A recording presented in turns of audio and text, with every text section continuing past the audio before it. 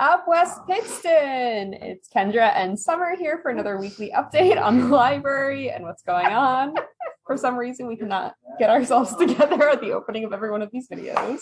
It's just a hot mess today. We're both going without glasses for the video, so it's a little difficult to see everything. Yeah, and this mask, let me tell you, I'd be lucky if I could get through this whole video with this mask. All right, our first segment is in the news. So I have two things. You have a thing? Yeah, I do. Okay, I'll do one of mine, then you can do yours. Sure. Cool. All right, so small thing is in the news today was we were talking about the oldest public library in all of the Americas, as what we think of as libraries, was founded in 1646 in Pueblo, Mexico.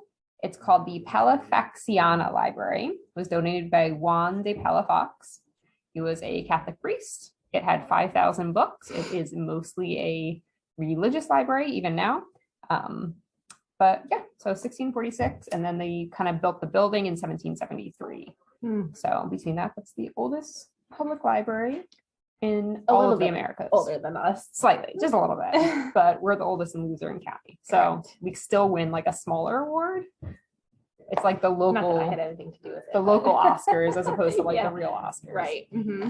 And you have Rainbow Fish? Yes, 30th anniversary is actually today. So there is a new collection that's out. I do have, here is the original Rainbow Fish with all of its flashy glory.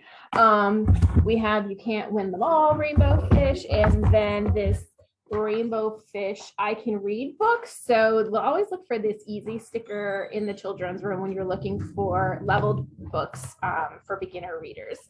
So there's a new collection like this. It's not an I Can Read book, but it has 5 of your favorites, and the anthology includes for the first time the original Rainbow Fish story and features glitter foil all throughout. That is like the quintessential key of the Rainbow Fish series. Yes. And there's activities that are in the back of the book to make it more fun. Then they also came out with a new title, Rainbow Fish and the Storyteller, which is also out today for the anniversary.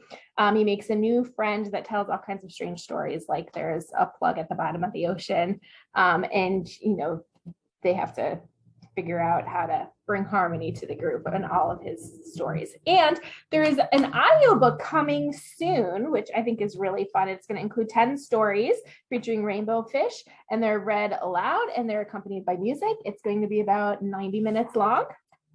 Audiobook. Yes. And that's that. And the other thing I have was in if anyone has heard about Marie Kondo and minimizing the amount of books specifically that you might have in your collection. Yes, which I wholeheartedly disagree with. This article is about why you should have a personal library and the 5 steps to start building one. We'll link it in the video.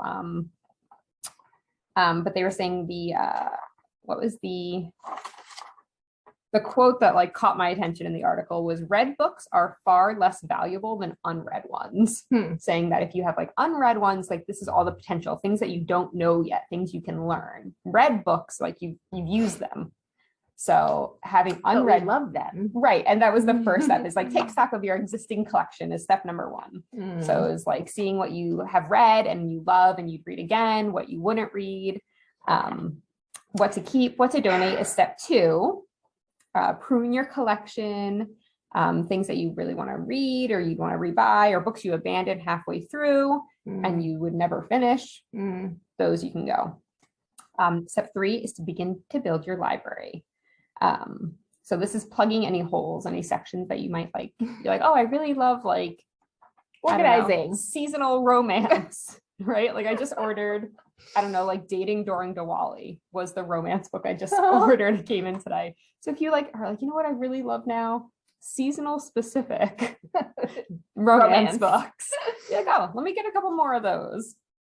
Step 4 was mix recommendations with serendipity. So don't stick to just New York Times bestsellers. Don't stick to things you're already familiar with. Mix it with things recommended from friends, from us, your trusty librarians. And then just, if you happen to find a book, I am a sucker for a good cover. If that cover is shiny, I will pick that up.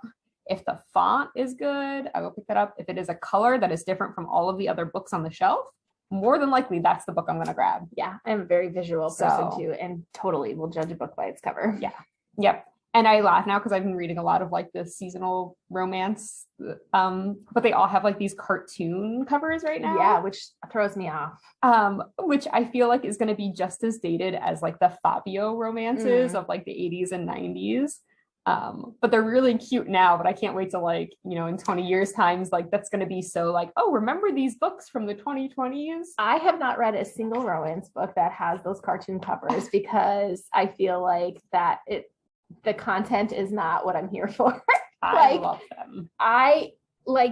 Romance books have a certain kind of cover, right? And so I could look at it and be like, yes, that's what I want to read. But those cartoon covers just throw me. So I have not read a single one. Mm-hmm. Well, I love them. I think they're adorable. I mean, they're cute, yes, but is the story going to be what I'm looking for? I don't know, because... Well, you definitely prefer steamier in the romance genre. Yeah. So those usually have like the shirtless men. Right. That are like real pictures. Or the men with beards. Yeah, but I've heard some of those are also like that. Yes. But I would never think to pick one up. Yeah. Is what I'm saying. It just doesn't pull you in the same way. It's not selling the content, basically. It's fair. Yeah. And step 5 is add some order to your collection, which is also something I disagree with, organizing my books. My books are just in whatever hole they fit. There is no order to my books. Well, let me tell you, I had KonMari'd my whole entire house when she became popular. Was it like the beginning of COVID or right before? Yeah, right before COVID? I think the winter before COVID. I did my whole house, and books is one of the last things that she has you do because they hold a lot of sentimental value. And I was able to get rid of quite a few and just keep the ones that I really love. I'm telling you, I will probably never read again the books that are on my shelf, but they were so good that I just had to keep them. They bring you joy just looking at them. Yes. Right. So there are some things in that article that I agree with and some that I don't. I thought it was just a good, like how the quote was really like what got me is like having unread books, because that was always stresses me whenever I like request a new book from the library or buy a new book. Like I have so many unread books on my shelf. I am a fool for requesting another book. But it's like this big potential. You're a fool for buying books. I have not bought a book since I started working here. I think I've bought maybe 10 total in 6 years since I've been here. That's about it. No, I'll buy some like Laura Olympus comic books, and I bought books for the kids. But bought a couple here and there, especially like if I buy like pre-order a book because I want it the day it comes out. I could usually wait, or we have it here and I just take it home. Yeah, that's right. But anyway, I digress. That's our in the news. Wait, you didn't do your beep beep beep. Oh, do. All right, and new books for this week. Summer has a new book. The 15th Adventure of the Kingdom of Fantasy, Geronimo Stilton, The Golden Key. So why do we love these books? Why are they so popular? Because they are in full color. So pictures like this throughout. And the pages have fun words that are written in fun fonts and different colors. Oh, this one even has like a little comic in the back, which we do have the graphic novel of Geronimo. Usually there's like some kind of map in the beginning that you have to follow or to lay out the kingdom, but it doesn't look like it's in this one. But they're easy to read, they're fun to read, fun to look at. Kids really enjoy them. It's like a little bit beyond a graphic novel. So it still has some pictures and some like movement without it being a graphic novel specifically. Right? Yeah, it's a book with pictures. But still a chapter book. Yes. So it's a good one. Usually has all kinds of crazy characters and go on lots of word puns, adventures, and like mouse and cheese word puns. That's what Stephen likes about them. All right, for adult books we have Ellen Hildebrand, Endless Summer. She's like the queen of the summer books. The summer that never ends. The summer that never ends. Like, because it's fall now and it's just came out. I guess. So it's the endless summer. Yeah, I don't know. Does she only write summer books? She'd probably write a fall book. She's very here and there. popular for beach reads. Yeah. So. And our Missing Hearts. This is Reese's book club pick for this month. This is also the author of Little Fires Everywhere. And our book club is reading her book for next month. Not Little Fires Everywhere. We are reading Everything I Never Told You for next month. So if you're interested in that, that's the first Thursday of the month at noon. Jody Mad Money. Mad Honey with Honey. Not Mad Money. With So Jennifer Finney Boylan. This is a Good Morning America book club book. Starting over in a small town in New Hampshire with family secrets. So I'm pretty sure that's a lot of what Jodie Bolt writes is family secrets type books. Yeah. Family will get you every time. Beverly Lewis. Little Amish light romance. Very popular. They're always good. You liked, what was that show? Breaking Amish? You remember that show? No. Oh, well. Or I just watched the Paranormal Activity that took place in an Amish farm. This is Stuart Woods, Distant Thunder, always a popular author. Stone Barrington.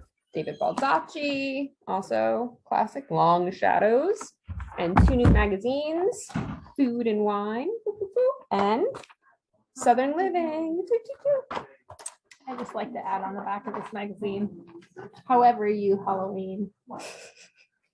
They don't have the new M&M on there, the purple one. What's the purple one? They added a new M&M character last week, and she's purple. Well, what's about time they add another female to the group? Yes. Cute. Yep. Nothing exciting on the back, just a cruise. A little boring. All right, so that's it for our new books. And now we are on to events. So our big event tonight is our Books and Brews at Sabatini's. Doors open at 6:00. Pizza starts being served at 6:30. The raffle tickets are pulled at 8:30. Tickets are $25 a piece. 3 drinks, either beer or soda, and all you can eat pizza during from 6:30 to 8:30. So those are available here in the building. And Live music? Yes, live music, 50-50 raffle. There will be some tickets available at the door as long as those last. And I also have our fall murder mystery is on Thursday. I have 1 spot left this week and 1 spot for next week. So if you are interested, email, call, stop in. Always fun and popular. Get in contact with me. What's the theme? It is seance. Ooh. Beyond the grave. You gonna put out the Ouija board? No. Just as decoration. Scared. Yeah. Well. And then next Monday is the West Pittston Historical Society is presenting the history of the West Pittston Fire Departments. And that is at 6:30 on Monday. Registration's on Facebook, or you can register online. Show up, join us, have fun. The Historical Society events always are a packed room. People really, really enjoy them. Mary Patelli puts together a really good program, and it's always a good time. Well, it is Fire Prevention Week this week. Yes, well, it's Fire Prevention Month. The whole month. Oh, the whole month? Yeah. I thought it was just the week. But no, yeah, you're right. I'm thinking it's just the week because we have the fire department coming this week for toddler story time and kindergarten readiness. The West Pittston Fire Department will be here for both sessions to talk to the kids about the truck and their equipment and all that good stuff. Fire safety basics. Yeah, that's going to be really fun. fun. And tomorrow we've got giant games. Look at my dice. You hold that one. I have another one, of course, because dice come in pairs. So we'll be playing with these. I'm going to have giant kerplunk, which was very interesting building that. Ball pit balls, some big dowels, some laundry baskets. So we're gonna have fun with that. Giant Connect 4, giant deck of cards, giant checkers. And then next week we have Smart Build, which is using all kinds of building supplies to work on problem solving skills and testing out our inner engineers.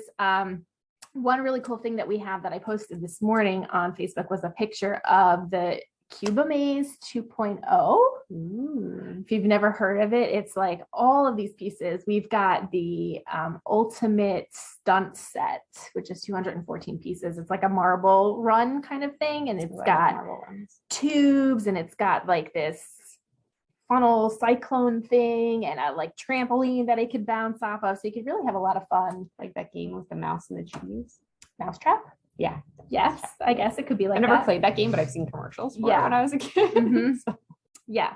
So yeah, that, and it's really colorful, and the pieces are clear acrylic, like you could see through the marble. Yes. Everywhere. Yeah, it's a lot of fun. But also, you know, we'll have Legos and Connects and Magna tiles and Kiva planks and 2 different kinds of straws and connectors. So, which the kids like really love. The original straws and connectors are is stationary, so you can only build like a stationary object, and it's in cubes kind of, and they like to really see like how tall that they can build it. But the new set allows for mobility, so you can build things that moves like a backhoe, or you can build a Ferris wheel that spins, or you know. Yeah, so I think it's like building like a giant house. Yeah. Yeah. So I think that it's going to be a lot of fun. There's going to be lots of things to build with. Yeah. So our Wednesday programs are at 6:15. Yes. So registration's on our website, on Facebook, or you can always call, and we can get you registered that way. Yeah. It's pretty easy. All right. I think that's all we have for this week. Yes, Yay! ma'am. Bye.